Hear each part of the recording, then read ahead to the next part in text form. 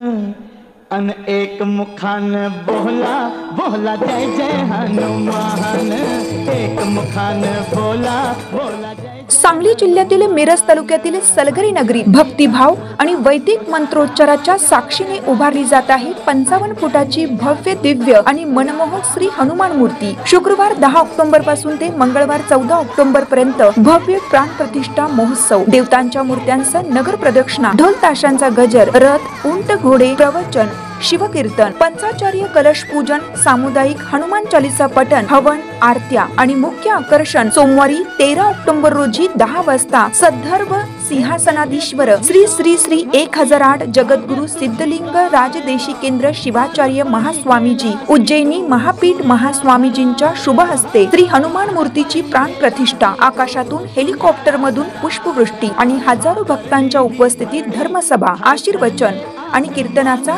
दिव्य सोहळा। स्थळ महादेव मंदिराजवळ जांडरावाडी रोड, सलगरे। तर भक्तांनो, या अविस्मरणीय क्षणाचे साक्षीदार व्हा। चला सारे कुटुंबियांसह सलगरे येथे अवश्य या। प्रत्येक बातमीतील घटनेच्या वास्तविकतेची तुलना थेट पाहत रहा सांगली अपडेट।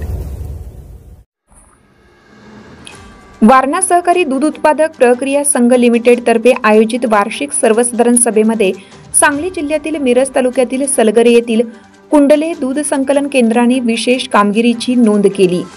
सन 2024-25 या आर्थिक वर्षामध्ये या केंद्राने मिरज तालुक्यातून सर्वाधिक म्हैस दूध संघाला पुरवठा केला।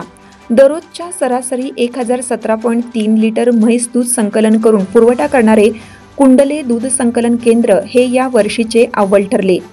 संघाच्या प्रगतीमध्ये उल्लेखनीय योगदान दिल्याबद्दल या केंद्राचा गौरव करण्यात आला।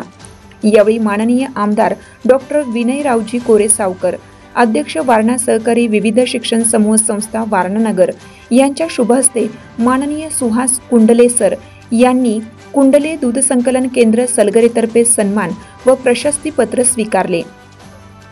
या सन्मानामुळे सलगरी परिसरातील शेतकरी वर्गामध्ये अभिमानाची भावना व्यक्त होत असून कुंडले दूध संकलन केंद्राने घेतलेला हा मान सलगरे गावासाठीही गौरवशाली ठरला आहे।